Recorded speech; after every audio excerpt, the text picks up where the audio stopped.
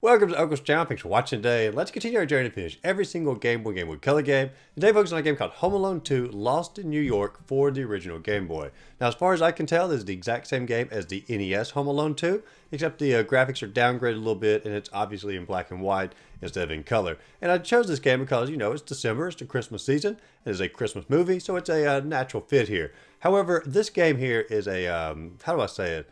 It's just a horrible game. There's really almost no redeeming quality to this game. The graphics are bad, the music is bad, the gameplay is bad.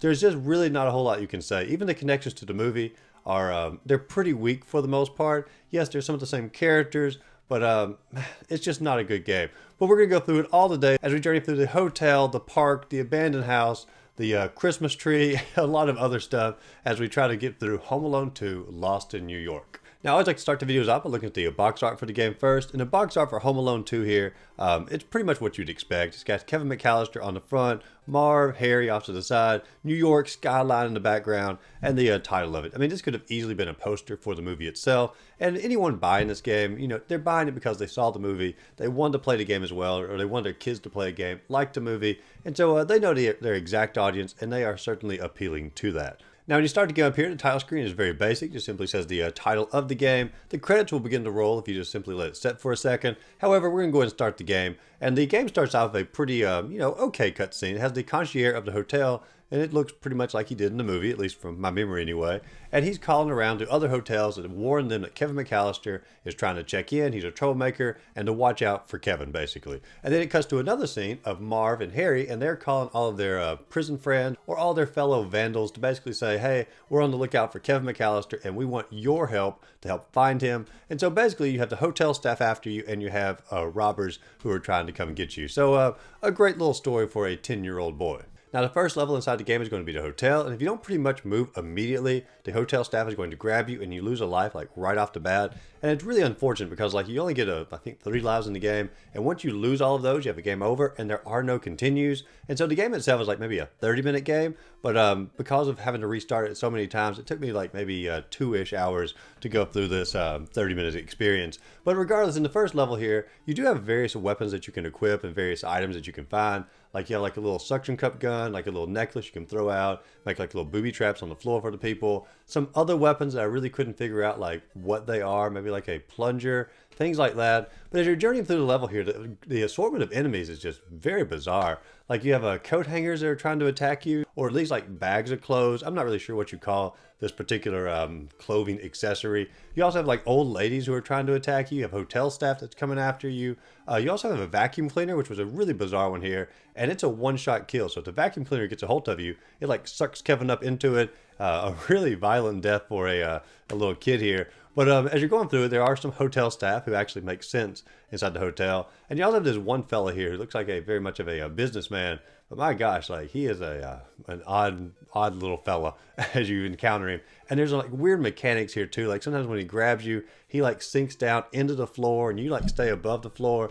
I don't know, the game's not very well designed, but as you're journeying through here, you're trying to, of course, take out all of the enemies, and only certain enemies can die by certain weapons. It's sort of a trial and error when it comes to that. And you're also collecting items, like you have these little triangles that you're collecting, and I don't know if that's like a piece of cake or a piece of baklava. I have no idea what it is. You're also collecting cookies. I have no idea what the cookies do inside the game either. They don't seem to make any difference, rhyme or reason. So you're collecting these items. The only ones that really matter are your weapons. And even then, like you actually don't attack most of the people inside the hotel. You just sort of jump over them. Or you have like a little slide dash move that hits them with your feet. And you can kill most of them that way. And so there's not really even a reason to have all of these weapons. I don't know. The game is just sort of confusing as far as like the items that it gives you. Now you get to the end of the first floor here, and of course you go to the elevator, you press the little button, and a door opens up to the right-hand side, and suitcases and other forms of luggage are going to start flying out at you. And all you have to do is sort of slide into them, take out like 4 or 5 of those out, and you can go back up to the elevator again. Press the button and you can actually get into the elevator. Now at this point you're going to start traveling up the elevator, and every time you go up one of the floors you can then journey off to the right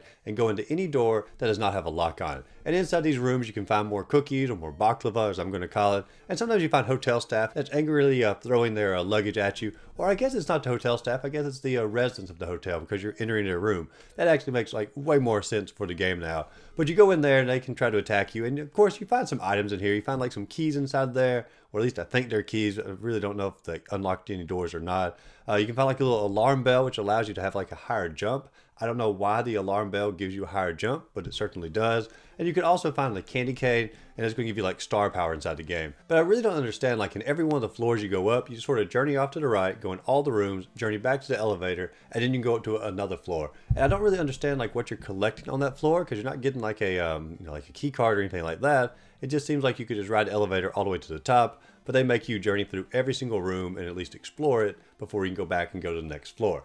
Now the elevator section is going to come to a close here when you get to the service elevator. You can ride the service elevator all the way down to the bottom, and that's going to give us a new set of enemies and a new area to explore. Now for this part, you're going to be going from right to left, and the first part you're going to come across is going to be sort of like the, I guess, the control room of the basement. You have all these little pipes letting off steam, and you have to jump over those or go under them to try to dodge it. Then you go into the kitchen, and in the kitchen there are going to be pans that are going to try to fall on top of you. There's going to be some butchers who, of course, are going to slam down their butcher knife, and little pieces of meat come out and try to hit you that way. And when you get to the very close of the kitchen part, you have our first boss inside the game, who's a giant chef, and he's really, really easy. All you need to do here is when he lands, sort of do your little dodge move or your little slide move into him, hit him with your feet, and you're going to jump to the other side, run over there, hit him with your feet, and he just simply jumps back and forth.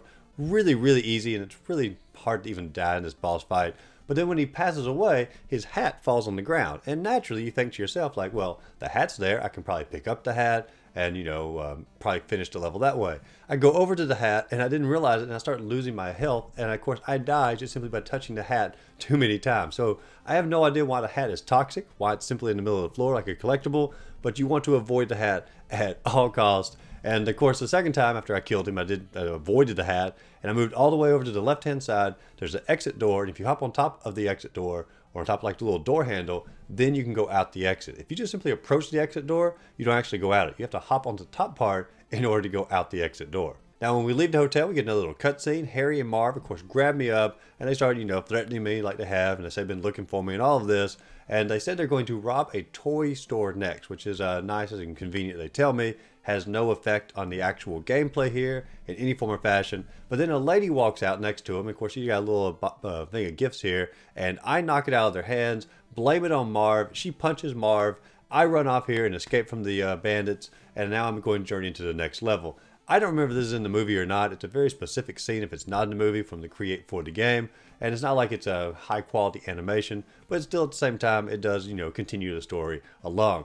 Now our next level here is going to be inside of Central Park. And as I journey through the park, we're going to, of course, encounter more thugs who can drop bombs on you or who got giant clubs who are going to try to attack you that way. We also have rats we're trying to avoid, brick walls we have to climb up, and jump off the roof of. We have a zoo we're going to journey through where pandas are going to try to attack you, monkeys are going to try to attack you, hippos are going to try to attack you. I mean, Central Park is a really happening place that I guess I just didn't realize because I haven't been to Central Park in like 20-ish years maybe. It's been a long time since I've been there, but still, I don't remember it looking quite like this. But when you get to the close of Central Park here, you're going to drop down into like a little hole, and inside that hole is like a bat cave to a degree, or a bat house inside the zoo, and little bats are going to try to attack you, and you run off to the side, and then pigeons are going to try to attack you, and then the bird lady from the movie is going to appear, so you're going to point to a ladder that you need to go up in order to exit out of the bat cave.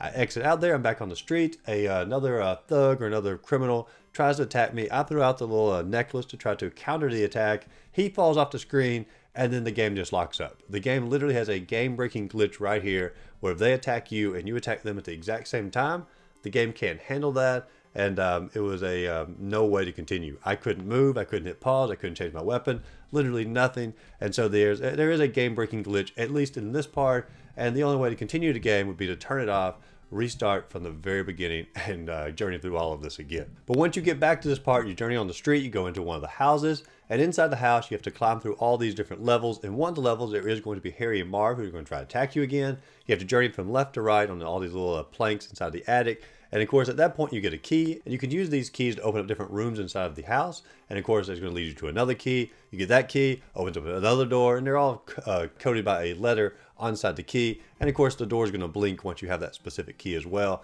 And there's one part of this level that is really, really cryptic, because if you fall in any of the holes, you lose your life. I mean, that's just like any other game. However, there is one hole that you have to fall into. The game does not give you any hint about that at all. And once you fall into that hole, it gives you like a little scene inside the attic, and you can get the final key that you're going to need in order to advance. And like, who in their right mind is just going to fall into this hole after they've been taught the entire rest of the house that is a instant death. Why are you going to venture into falling into this hole?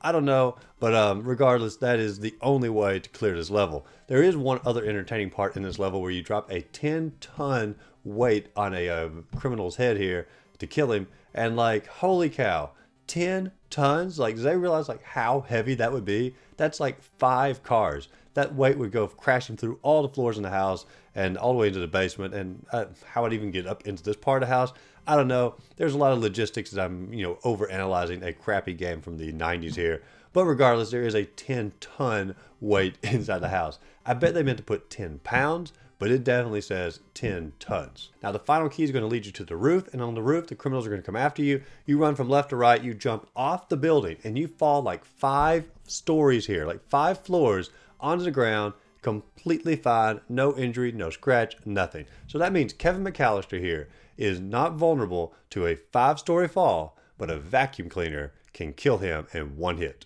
I mean, the logic of this game is truly astounding to a degree. But now you're back on the street. You're going to be running all the way from left to right to get to a giant Christmas tree that you're going to climb. And on this little pathway here, you're going to have to take out dogs. You're going to have to take out rats. And also these like floating items in the air. I don't know if it's like ghosts or like paper bags or plastic bags. I don't know.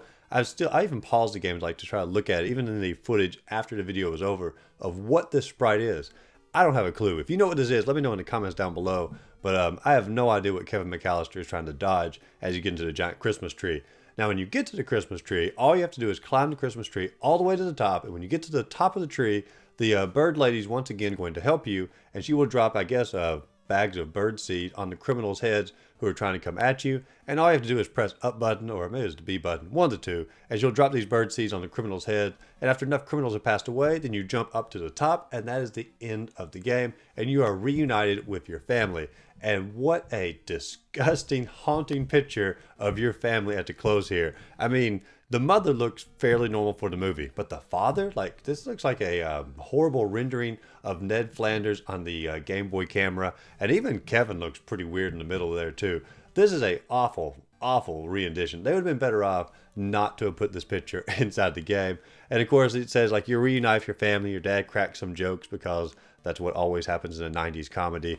And then it goes to a scene of Marv and Harry inside the jail here. They joke about, at least to get turkey for Thanksgiving. And then Harry calls Marv a turkey himself. The same little antics here, the sense of humor inside the game. And the picture is really weird. Like Marv and Harry, they look like they sort of, copy and pasted or just sort of cut out and pasted the heads on these bodies. They don't look like they go of them pretty much at all. It's a weird rendering there. But at that point, you've finished the game. It says, congratulations, thanks you for playing the game, and there is 2 hours of your time completely wasted. This game here, overall, is a very weak platformer. The mechanics don't make a lot of sense. The collectibles don't make a lot of sense. The gameplay, as far as like what they expect you to do, like falling in random holes, they don't make a lot of sense. The game will glitch out on you, freeze in the middle of the game. That's pretty bad.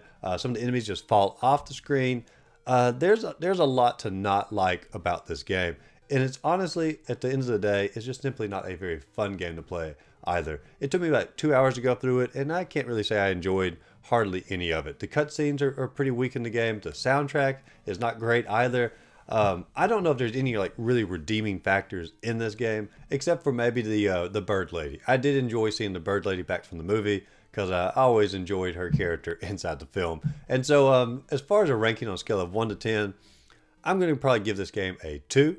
And it would probably be a 1 if the bird lady wasn't in it and you didn't get to climb the Christmas tree and drop the bird seed from the bird lady. If that's part of the game was not here, the game would be a 1. But because the bird lady is there, she's helping you out, and I like it, that's a 2 on a scale of 1 to 10. Still a very weak game. There are plenty of great Christmas games out there for you to try. Home Alone 2 Lost in New York does not need to be on your list. If you enjoyed this video, be sure to like and subscribe to the channel. Check my other videos listed up above. As always, go out there, find a great game to play. Simply have a great rest of the day.